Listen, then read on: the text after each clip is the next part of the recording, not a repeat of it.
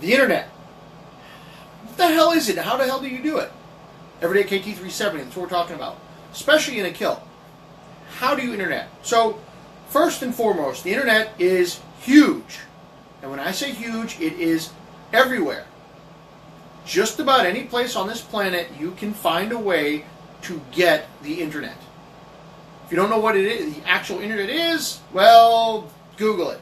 And if you don't have access to Google, then you can't watch my video, so you won't know anyway. So, how do you internet while kilted? Well, it's very simple. So, the internet, as I've said, is enormous. It's huge. It's all over the place. What that also means is it crosses all kinds of cultural and continental and all kinds of different boundaries. All of them are crossed. Which means that in 1 minute you can have conversations with people from the US, from Canada, from Europe, from Africa, Asia, Australia. Hell, you can even probably find somebody down in McMurdo Base in Antarctica. All at the same time. Thing is, what's normal in Europe is not what's normal in the US. What's normal every day down in Antarctica sure as hell doesn't happen most anywhere else.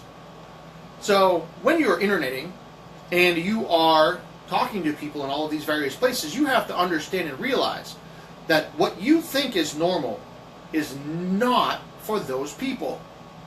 If you think that running around all day long, all year long, not having to worry about snow or cold is what everybody does, then you're sorely mistaken. I can prove that looking outside my window.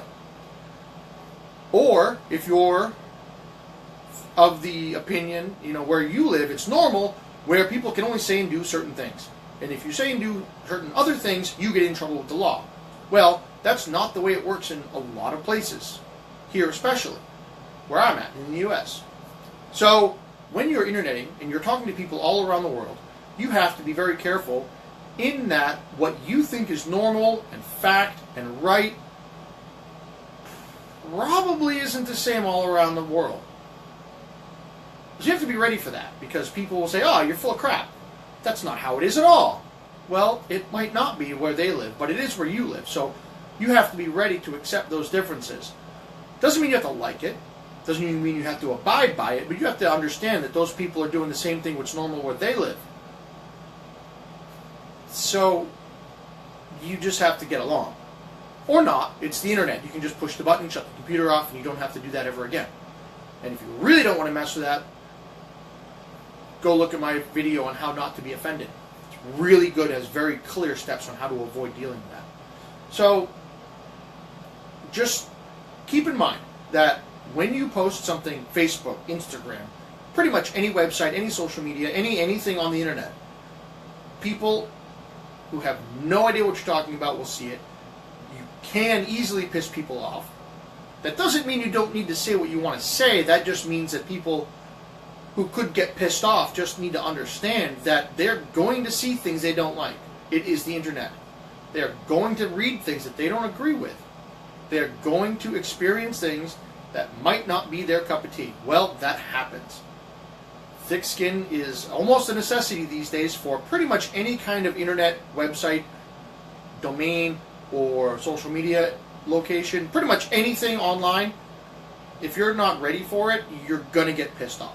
You're going to get mad, and you're going to want to yell and scream at people. Well, that's fine, but you just have to be able to deal with the repercussions, because when you yell and scream at people and they don't like it, they're going to tell you, because they're in the same boat you are. They're sitting behind a laptop or a phone, thousands of miles away, completely insulated from any repercussions of any kind, other than a whole lot of probably not very witty banter.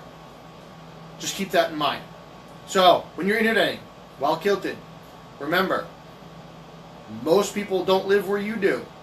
And they probably have different opinions on things. That doesn't mean keep your mouth shut. That does mean be ready for whatever comes back at you when you do open it. So with that, I'm going to grab a Kiltology. And I know we had Volume 1 for a while, so I'm going to go with Volume 2 today.